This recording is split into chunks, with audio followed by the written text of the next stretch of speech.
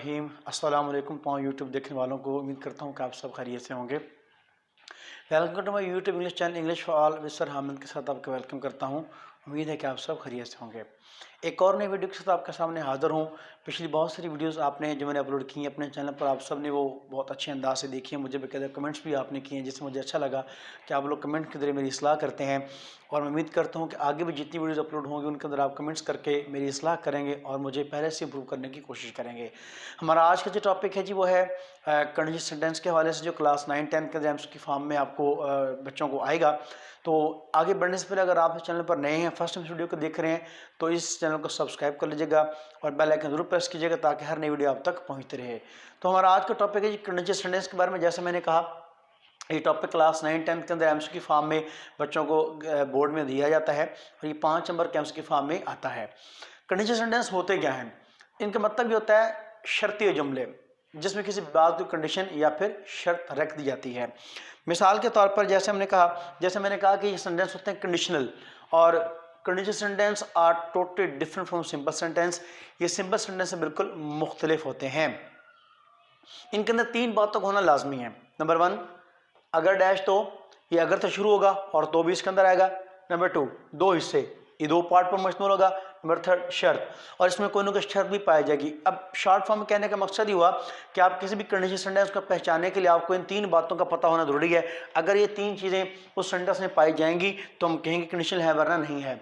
मैंने कुछ एग्जाम्पल लिखी है आपके सामने, ये मैंने 4 एग्जाम्पल लिखी है। लेकिन पहले आपको ये बता दूं कि कंडीशनल टाइप की 4 टाइप होते हैं ग्रामर के अंदर।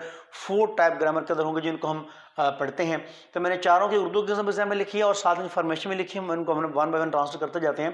पहला हम देखते हैं कि क्या जो 3 चीज़ें यहाँ लिखी हैं पहचान के तौर पर आए 3 चीज़ें उनके अंदर पाई जाती हैं या फिर नहीं पाई जाती। हम देख लेते हैं। पहला उसने कहा था जी अगर, तो यहाँ पर अगर भी आ गया, एक बात पूरी होगी। दूसरा कह रहा है तो ये देखें तो भी आ गया, दूसरी कंडीशन पूरी होगी। तीसरा दूसरा कह रहा है 2 हिस्से, इन सेंटेंस के 2 पार्ट में से 2 पार्ट होते हैं। पहला पार्ट, ये पहला पार्ट, ये दूसरा पार्ट, ये भी बात पूरी होगी उसकी। तीसरा वो कहता है कि शर्त, इनमें कोनो कंडीशन पाई जानी चाहिए। तो हम देख लेते हैं कि मेहनत, ये मेहनत की शर्त पाई जा रही है। तीनों बातें इनमें पूरी हो चुकी है, लिहाजा हम कह सकते हैं कि ये कंडीशनल सेंटेंस ही है। अब जब पता चल गया कि पहचान पूरी होगी, कंफर्म हो गया कंडीशनल है, अब इनको इंग्लिश में ट्रांसफर करने का तरीका क्या होगा, उसका स्ट्रक्चर क्या होगा, उसकी फॉर्मेशन क्या होगी, उसको हम देख लेते हैं। जैसे मैंने कहा कि we have 4 types of conditional sentence. हमारे पास ग्रामर के अंदर 4 टाइप के सेंटेंस होते हैं। Number 1 conditional type 1, conditional type 2, conditional type 3 और 0 कंडीशनल। ये जो 0 कंडीशन है ये मोस्टली साइंटिफिक चीज़ों में इस्तेमाल ज़्यादातर किया जाता है, जिसके जहाँ पर कंडीशन 0 हो जाती है और सेंटेंस में ऑथेंटिकिटी की जो ऑथेंटिकेशन है ज़्यादा कंफर्म हो जाती है। अब हम देख लेते हैं इनकी फॉर्मेशन का स्ट्रक्चर देख लेते हैं। हमारे पास ये फर्स्ट टाइप है और फर्स्ट टाइप को इंग्लिश में ट्रांसफर करने की जो फॉर्मेशन होगी हमारे पास वो ये होगी कि इफ़ का इस्तेमाल चारों में होगा। चूँकि अगर का तर्जमा अंग्रेजी में इफ़ से होता है तो चारों के साथ इफ़ का इस्तेमाल लाजमी होगा। फर्स्ट टाइप को ट्रांसफर करने के लिए इफ़ प्लस सब्जेक्ट यूज करेंगे प्लस V1 प्लस एस और यस। इसको आप इनडेफिनेट भी कह सकते हैं। आई वी यू दे के साथ कोई एडिशन नहीं करनी, एस नहीं लगेगा। उनके अलावा जो ही शीट होंगे वहां पर एडिशन साथ लाजमी होगी। If subject plus first form और एस तक आपका ये फर्स्ट पार्ट की फॉर्मेशन, यानी कि इतने हिस्से की फॉर्मेशन फर्स्ट पार्ट की है वो कंप्लीट हो चुकी है। अब इसको हम साथ ही ट्रांसफर करके भी देख लेते हैं कि कैसे ट्रांसफर होगा। अकाउंट स्ट्रक्चर कहता है इफ पहले लगाएंगे तो ये हो जाएगा इफ, आगे कहता है सब्जेक्ट है तो यहाँ पे आ जाएगा सब्जेक्ट ही, यानी कि आपके सामने मैं लिखता हूँ इसको, इफ सब्जेक्ट वहां पे वो है तो इफ ही हो जाएगा। इंडेफिनेट है, वर्क है तो इफ ही वर्क, आगे एस भी है तो ऐसा लग जाएगा ही वर्क्स हार्ड।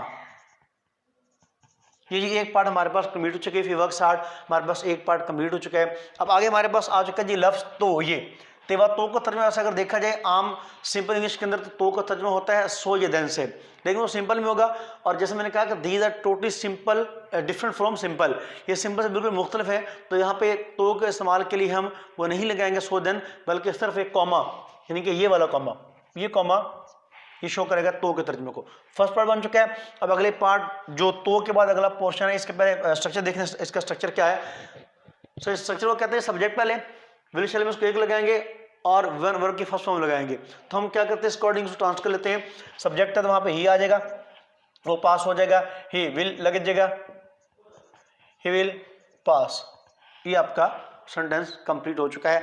अब आपको बोर्ड में किस तरह आएगा, अब बोर्ड में आपको इस तरह आएगा कि ये इंग्लिश का स्टेटमेंट पूरी लिखी आएगी, ये लिख के नीचे 4 ऑप्शन दे देगा, टाइप 1, टाइप 2, टाइप 3, आपको चूज करना होगा ये कौन सी है। तो वहां पर आपने इसको अगर देखेंगे एस्टरिस्क लगा होगा यानी कि इंडेफिनिट टेंस पहले टेंस यूज होगा तो आप इसको फर्स्ट टाइप टिक करके आएंगे। अगली तरफ आ जाते हैं, अगला हमारे पास है अगर उसने मेहनत की तो पास हो जाएगा, सेकंड टाइप कंडीशनल है, फॉर्मेशन लिखी है, ट्रांसफर कर देते हैं इसको, कहता है इफ यहाँ भी आएगा पहले इफ लगा लेते हैं, पहले उसके बाद सब्जेक्ट है तो ही है सब में, उसको भी कहते हैं, तो आगे V2 सेकंड फॉर्म लगाएंगे या वादर लगेंगे, तो मैं सेकंड फॉर्म लगाऊंगा इफ ही वर्कड हार्ड, तो का तर्जुमा हम कॉमेंट से करेंगे, आगे सब्जेक्ट आएगा फिर ही आ जाएगा, ही अगर वुड है यहाँ पे ही वुड, फर्स्ट फॉर्म है फास्ट, ये यहाँ भी कंप्लीट आपका हो चुका है। अब थर्ड पे आ जाते हैं, आगे मेहनत करता तो पास हो जाता है, यहाँ भी सबका इफ सेम आएगा, इफ के बाद आगे सब्जेक्ट ही नहीं वो ही आ जाएगा, इफ ही अब हैड आगे पे हम हैड लगा देंगे, इफ ही हैड, हैड के साथ फॉर्म कौन सा लगानी है जी हमने, थर्ड फॉर्म, तो इफ ही वर्कड हार्ड, एक पार्ट आगे फिर कॉमा, उसके बाद आगे हमने लगाना है इसके बाद जी सब्जेक्ट वुड हैव, वहां सब्जेक्ट ही है तो ही वुड हैव पास्ड, ये जी आपका थर्ड भी बन चुका है। और जैसे मैंने कहा बोर्ड में आपको आने हैं ये तीनों टाइप आपको बोर्ड में आएंगी और ये सेंटेंस लिखे होंगे इंग्लिश के अंदर, आप नीचे उनकी फॉर्मेशन इनके नीचे जो ऑप्शन है वो आपने खुद बतानी होगी, तो पहचानेंगे कैसे इसके लिए। अगर किसी वहां पर देखें सेंटेंस में एस्टरिस्क लगा हुआ है फर्स्ट टाइप होगी, सिंपल सेकंड फॉर्म लगी है सेकंड टाइप होगी, अगर हैड के साथ थर्ड फॉर्म है तो फिर वो थर्ड टाइप कंसीडर होगी। अब आते हैं 40 की तरफ, इसको टाउन करके देखते हैं। फॉर्मेशन कहते हैं इफ तो लाजमी लगेगा, इफ लगा दिया, अब सब्जेक्ट उसके अंदर है अगर तुम बर्फ को, इफ यू, सिंपल टेंस लगाना है जिसके अंदर सिंपल प्रेजेंट इंडेफिनिट टेंस, दोनों पार्ट में देखें यहां भी एक ही टेंस है, सिंपल प्रेजेंट इंडेफिनिट टेंस इनमें यूज होगा, तो इफ यू पुट या कीप भी आ सकते हैं, if you put the ice on 100 degree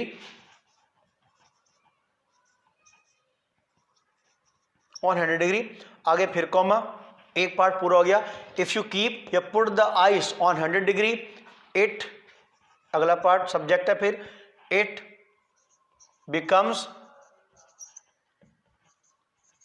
into water, it becomes water,